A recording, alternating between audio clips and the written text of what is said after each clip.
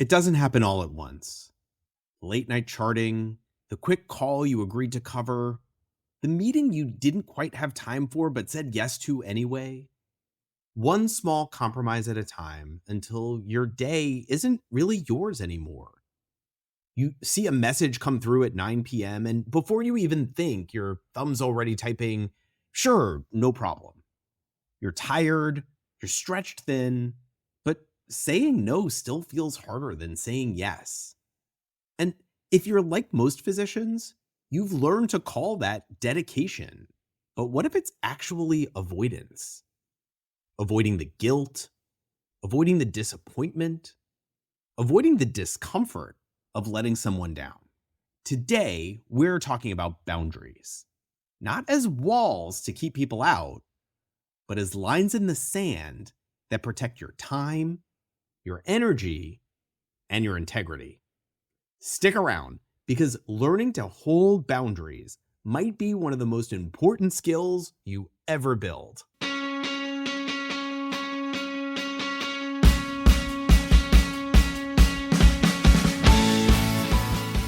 This is the Better Physician Life podcast. I'm Dr. Michael Hersh, a full-time practicing gastroenterologist, a husband, a dad, and the founder of Better Physician Life Coaching. This podcast is designed to help physicians create work-life balance, set goals, manage stress, and feel more present at home and less annoyed at work. It's time to stop feeling trapped in medicine and start enjoying the lives we've worked so hard to build. Well, hey everyone, and welcome back to the Better Physician Life podcast. So today we're talking about boundaries, one of the most misunderstood skills in medicine.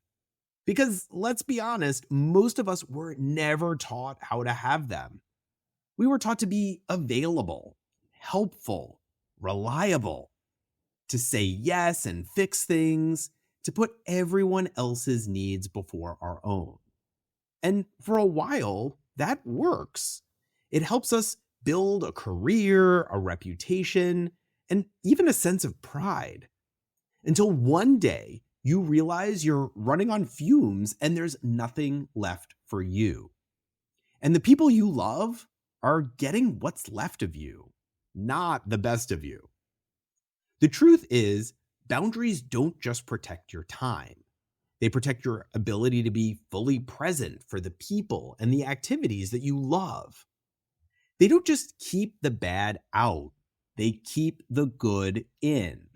So in this episode, we're going to talk about why saying no feels so uncomfortable for doctors, and what healthy boundaries actually look like, both at work and at home, and how learning to hold boundaries can actually make you a better doctor, a better leader, and a better partner.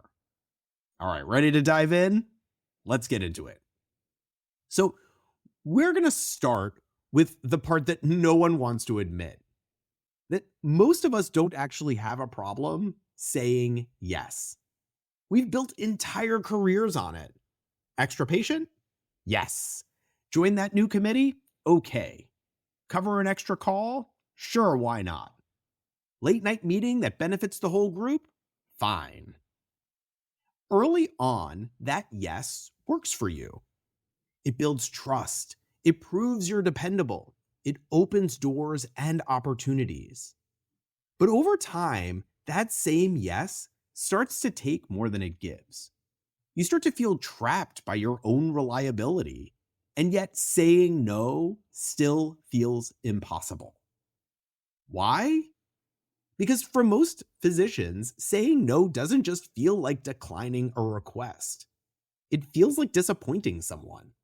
And disappointment hits us where it hurts: our identity. From the first days of our medical training, our worth has been measured by performance, by how much we can handle, by how many people we can help, by how much we can accomplish. Medicine trains us to equate endurance with excellence. So every time we say no, it can feel like we're letting someone down: our team, our patients, our families, even ourselves. We start to believe that if someone's upset, we did something wrong. But here's the truth, and it's one most of us were never taught. You can do everything right and someone will still be unhappy. You can show up, you can care deeply, you can give your best, and still face frustration, disappointment, or even anger from someone else. And that's not a sign you failed. That's a sign you're human, because boundaries don't control how other people feel.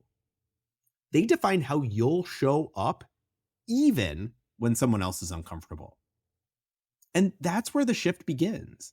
The moment you realize that other people's reactions aren't your responsibility, that's when you start to take your life back. So let's talk about what healthy boundaries really are, and maybe more importantly, what they're not.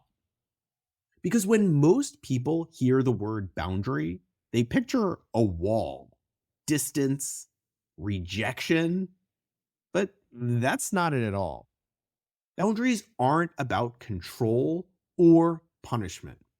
They're about ownership. They define what's okay for you and, maybe more importantly, what's not.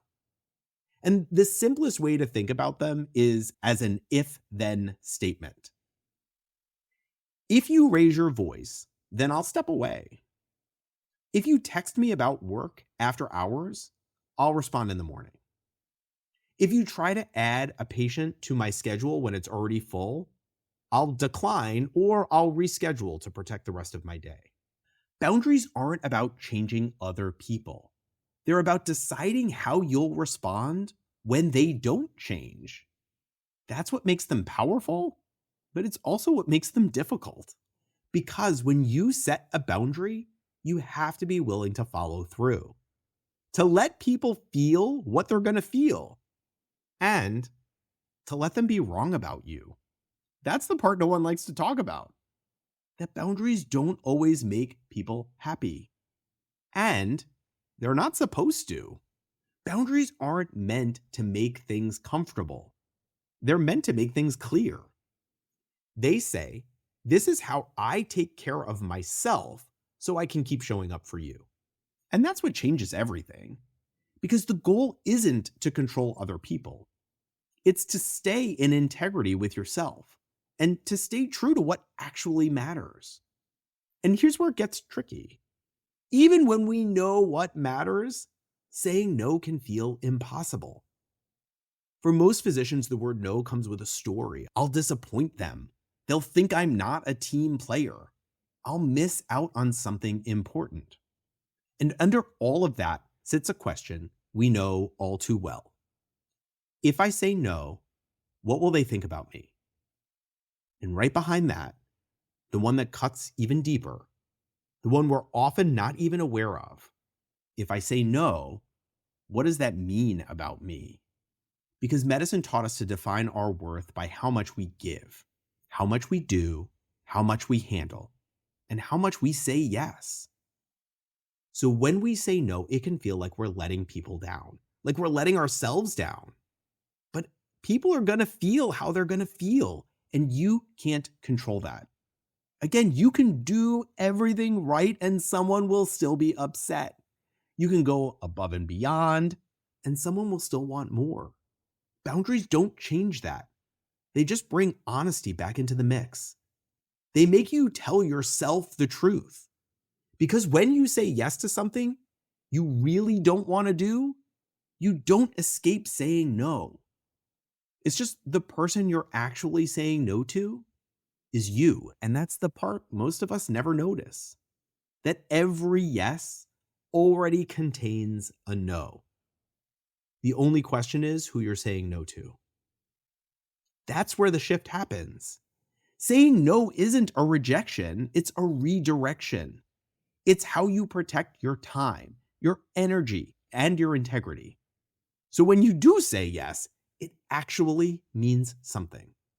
Every decision costs something. When you say yes to one thing, you're automatically saying no to something else. That's the reality of it. And the sooner we stop fighting it, the clearer things get and the more control we regain. Because the idea that we can do it all, that we should do it all, is the lie that keeps most of us completely exhausted. You're always going to be missing out on something. The question isn't whether you'll miss out. It's what are you willing to miss out on? When you start seeing your yeses and nos as choices instead of obligations, you take back control of your life. You start running your schedule instead of letting your schedule run you. And you start deciding what to give your time, your energy, and your attention to, not out of guilt, but out of intention. And the more honest you get about what you're actually saying no to, the more meaningful your yeses become. Because now you're saying yes on purpose to the people, to the work, and to the moments that actually matter. Because every time you honor a boundary, you reinforce the belief that your word matters, even to yourself. And that's where real integrity starts. It's where things finally start to make sense. Boundaries are how you live in line with your values, not just your habits. They're how you make sure your life actually reflects what you say matters most. Boundaries don't push people away. They actually create the conditions for real connection. Because when you're clear about what's okay and what's not, people learn they can trust what you say. They know where you stand. They know what to expect from you. And that kind of consistency builds safety. Whether you're working with a colleague, leading a team, or showing up at home. Think about it. The people you respect most aren't the ones who say yes to everything. They're the ones whose word means something. The same thing applies to you. When you set a boundary and keep it, you're not just managing your time, you're modeling self-respect. And that gives other people permission to do the same thing. Because the truth is, the people who belong in your life won't be threatened by your boundaries. They'll be grateful for them. At work, boundaries will build respect. At home, they build trust. They keep resentment from quietly building in the background. And they make space for the kind of honesty that keeps relationships strong. So if you've ever thought boundaries were about control or disconnection, here's the reframe. Boundaries are how you stay close without losing yourself. So here's a question for you. Where in your life could one boundary make things easier or simpler? Maybe it's at work, saying no to the extra meeting or the quick curbside consult or the patient squeeze in that always runs over. Maybe it's at home, setting aside one uninterrupted hour with your family or deciding to stop checking messages after dinner.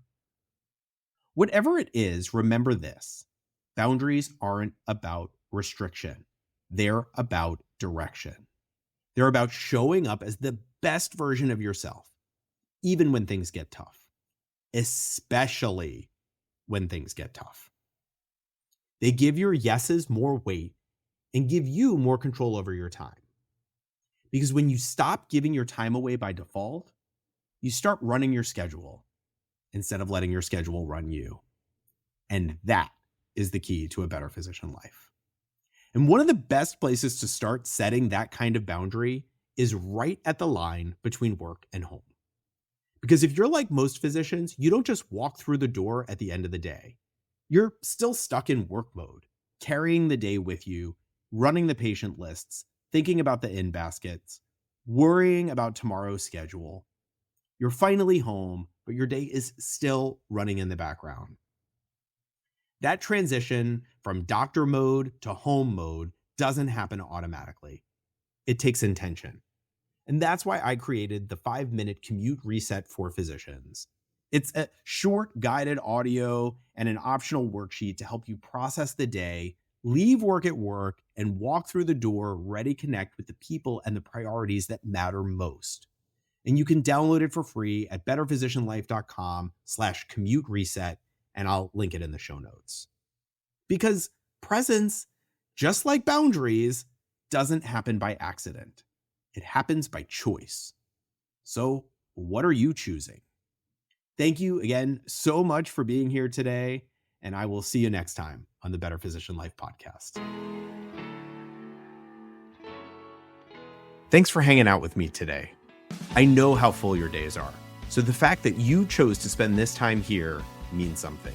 If anything in this episode hit home, hit subscribe and send it to a colleague who might need it. And if you want to learn more, check out my website at www.betterphysicianlife.com. These conversations matter more than we realize. And please take care of yourself. I'll see you next time.